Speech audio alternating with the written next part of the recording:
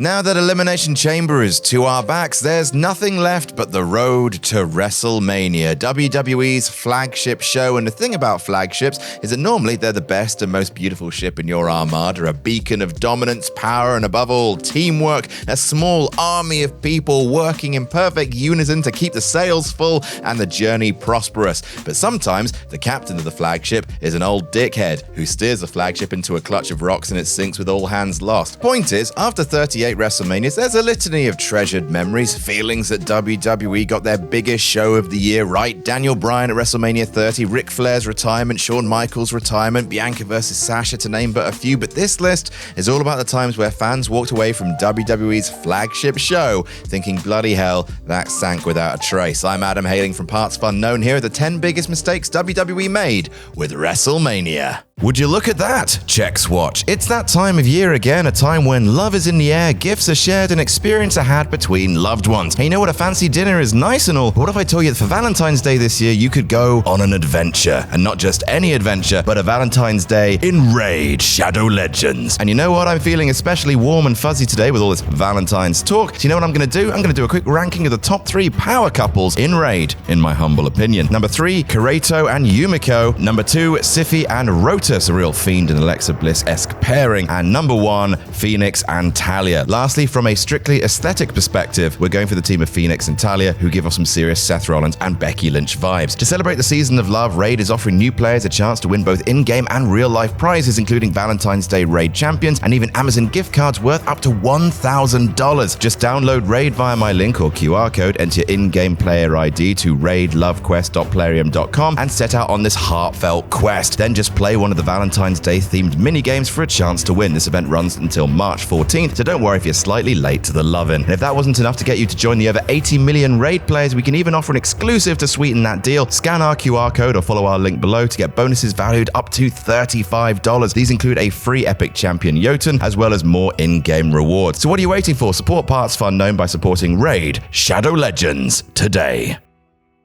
Number 10, WrestleMania 2's 3 locations. You know that episode in every sitcom where they have to hold multiple parties at the same time while the parties can never find out about each other? Well, WrestleMania 2 is like that, with one party being held for Vince's parents in LA, one for Linda's parents in New York, and one for the visiting Japanese dignitaries in Chicago. The original WrestleMania was a huge success, so Vince thought they could triple that success by holding Mania 2 in 3 different arenas, with the gimmick being that each arena would get its own undercard and main event, with the broadcast feed then cutting between the venues. LA would get a bunch of matches, including Hulk Hogan versus King Kong Bundy in a cage. New York would get a bunch of matches, including Mr. T versus Roddy Piper in a boxing match. And Chicago would get a bunch of matches, including the British Bulldogs versus the Dream Team. 2 of those main events are not as good as the other one. What would the audience in each arena do when their live matches were over? Why, they'd watch the rest on big monitors like the rest of us at home. Thanks for paying top dollar for 1/3 of a live show, idiots. It was bad, and they never did this silly thing ever again. Number 9, a man in every corner. Why did people love WWE in the Attitude Era? Was it for The Rock, Stone Cold Steve Austin, the booming tag division, or the electric mid-card featuring the dream landscape of Jericho, Benoit, Guerrero, and Angle? No, you silly goose. It was for the McMahon family melodrama. Hot Linda action all day, every day. Look at those vibrant, expressive eyes. Rather than running Triple H versus The Rock at WrestleMania 2000, by far and away the hottest feud going at the time, WWE decided to balloon the main event to feature the only just retired Mick Foley and the Big Show as well, with each competitor being managed by a different member of the box of seagulls that was the McMahon family. Mick had Lindatron, Triple H had Stephanie, The Rock had Vince, and Big Show had Shane. And talk about ripping the heart out of your main event. The end result match was fairly heatless and often confusing. Mick and Trips teaming up to fight The Rock. What? Until it came down to the match we all wanted, the Game versus the People's Champ, which ended with, you guessed it, another McMahon family swerve. Oh, brother and sister and mother and father. Number 8, WrestleMania 9's main event. Very few wrestling companies have changed so much in one calendar year than WWE did from 1992 to 1993. Between Manias 8 and 9, Ric Flair fled back to WCW, The Ultimate Warrior was fired, again, and the steroid scandal hit the industry like a suspiciously veiny frog splash. WWE's favorite doctor, the purveyor of muscle juice, Dr. Zahorian, had been indicted for distributing steroids and named a laundry list of WWE stars he'd provided them to. Throughout 1992, 1992, this saw a mass exodus of wrestlers with the most mass. Hulk Hogan, chief among them. Sid was gone, Bulldog was gone, Vince thought Macho was too old to go, and the company scrambled to piece together a new main event scene led by Bret Hart, whose biggest muscle was his big wrestling brain. Also his dick. WrestleMania 9 could have been the big changing of the guard, a high-profile win for Bret Hart to cement his place at the top of the company. Instead, Vince got cold grapefruit, brought back a much slimmer Hulk Hogan, and contrived a ludicrous company reset where Hulk Hogan managed to win the WWE title in a match he wasn't even in. Sorry, Bret. Number 7, Baron Corbin retires Kurt Angle. Well, this one's personal. It's no secret to anyone with a memory bigger than a goldfish that Kurt Angle is my favorite wrestler of all time. Best in the ring, one of the best heel characters ever, an unparalleled mix of comedy chops and being able to stretch the soul out your fucking body. Kurt Angle returned to the company as a full-time personality in 2017, and sure, he couldn't go half as well as he once could a decade earlier, but hey, at least he got to be in the Shield that one time. Look at this stupid picture. Delightful. 2019 rolled around, and when it became obvious that Kurt really couldn't go anymore, this led to his retirement match at Mania 35. The man to be his final opponent? Constable fucking Corbin. The hotel bartender who spent the year ruining Raw was Kurt's final opponent. Not John Cena, not AJ Styles, not Samoa Joe. This goddamn guy. Sure, the match wouldn't have been good regardless, but at least there would have been a sense of emotional resonance, a thematic closing of a circle. But no, Baron Corbin pinned him clean as you like as my heart shattered into 1,000 pieces. Number 6, WrestleMania 8's main event. WrestleMania 8 is often regarded as the official end of the Hulkamania era of WWE, because WrestleMania 9 sure as bloody Christ doesn't count. In fact, Mania 8 was partially sold on it being a farewell to Hulk Hogan because the steroid writing was on the steroid wall. And what was touted as Hulkster's final match? Well, how about some historical context? Throughout the 80s, while Hogan was ruler of the Fed, Ric Flair was the man in WCW. Midway through 1991, a change of WCW management led to Flair heading over to the enemy camp, and boy did WWE milk that, going so far as have him turn up initially with the big gold belt, proclaiming himself to be the real world heavyweight champion, targeting Hogan. Flair then cost Hulk his title at Survivor Series 91, won the belt at Royal Rumble 92. Everything was in place for Mr. WWE versus Mr. WCW at WrestleMania 8. Who did Hogan fight in the main event? Sid Justice.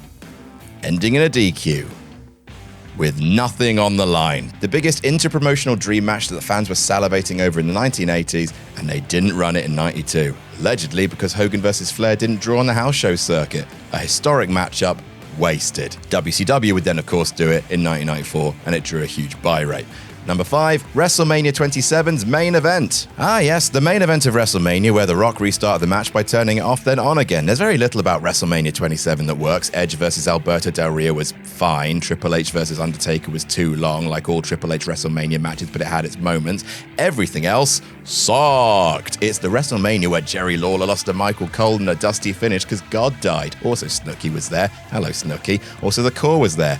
Off the core. Anyway, the main event is probably the worst thing about the show. No, it's Cole and Lawler, but the main event of WWE's biggest show of the year, aka the biggest wrestling match of the year, was John Cena losing to a still not good version of The Miz after The Rock interfered following a double countout spot, which saw The Miz also get concussed within an inch of his life. What a cursed sentence. Sacrificing a WrestleMania main event in order to set up the first of 2 once-in-a-lifetime matches. Number 4, going with the Gulf. WrestleMania 7 was a really weird show. The power of Hulkamania was fading. The Ultimate Warrior as WWE champion experiment had resulted in middling feuds, middling matches, and middling box office, and the company was in a bit of a panic mode after the blockbuster success of Hulk Hogan versus the Ultimate Warrior at WrestleMania 6. The original plan for Mania 7 was to do the sequel match, Hogan Warrior 2, this time in America, booking the colossal Los Angeles Memorial Coliseum. However, from SummerSlam onwards, the Ultimate Warrior Championship run seemed to be running out of steam, and like with WrestleMania 9, WWE retreated to the warm, cozy, and not at all strangle-like embrace of Hulkamania, and the Gulf War conflict of late 1990 gave them a reason to return to Mr. America himself. WWE sought to cash in on the very real war with very real people dying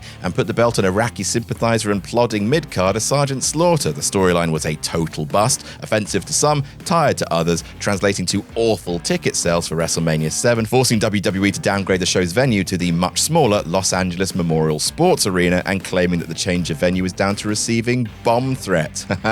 Chinny reckon. Number 3, Roman Reigns at Mania 32. Little Adam's first WrestleMania attended in person. You'd think that would give it a special place in my heart, and it does have a special place, right at the bottom, where the dregs are. It was a super dispiriting WrestleMania. AJ Styles lost to Chris Jericho. Brock versus Dean fell flat. Sasha didn't win the Women's Championship. The sheer amount of nostalgia dragged the show out way too long, and worst of all, that main event. The babyface coronation that no one wanted, and despite making it very clear that this was not the way to go, crowning Roman Reigns champion and taking bloody 27 minutes to do it. I believe the term is crushing inevitability. A boring match to get a result that the overwhelming majority of hardcore fans, aka the WrestleMania fans in attendance, didn't want. It was a bad scene, gang. I remember everyone being incredibly sour about it in the stadium after the show, and that's not exactly the way you want your fans to feel after your biggest show of the year, especially one that's supposed to be a milestone in the ascension of your top star. Roman was a mistake. Should have gone with Dean. Number 2, turning Austin heel. The ending of WrestleMania X7, the best WrestleMania, is iconic.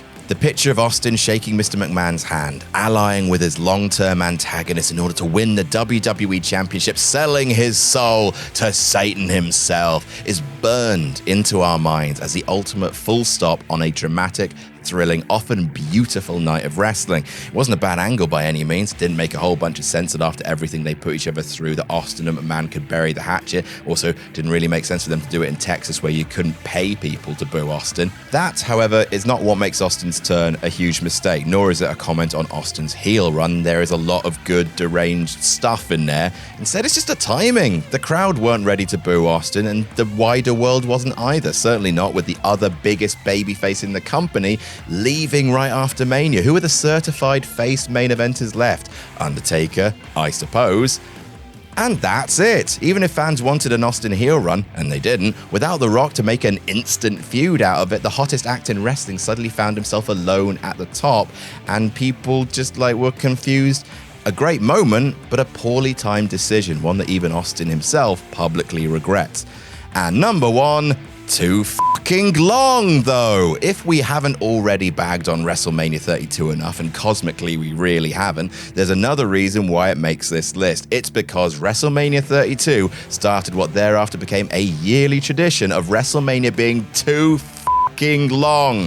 A WWE pay-per-view is 3 hours. WrestleMania is 4 hours. Those are the rules. With the WWE network obliterating the company's once desperate reliance on pay-per-view, such rules went out the window, and from 2016 onwards, the running lengths really started to creep up. WrestleMania 32 was 4 hours and 40 minutes. That's too long. WrestleManias 33 and 34 were 5 hours. That's too long. WrestleMania 35 was 5 hours and 20 minutes long. That is too fucking long. Also, none of those run times I just mentioned included the pre-shows. What horrible reality is this when we're all Bruce Bogtrotter, but the chocolate cake is wrestling? WrestleMania 35's horrific runtime was so insane, it legit caused a minor transportation crisis, overrunning the time that the subways closed in New York. How is anyone supposed to care about wrestling after 5 hours? How is anyone supposed to care about anything after 5 hours? The sole silver lining of the pandemic era of wrestling is it gave us a current tradition of 2-day WrestleManias, where neither night lasts beyond 4 hours. A sincere blessing. And never ever do a 5-hour show again, WWE. How dare you? What about great feuds that ended with terrible matches? It's such a horrible phenomenon when it happens, when the story being told is super engaging and fun, but once that bell rings, it deflates like Rhea Ripley's bouncy castle. Putting all those weeks worth of television, all that money, all that audience investment, the editing time gone into the video packages, also the final product, the thing that shifts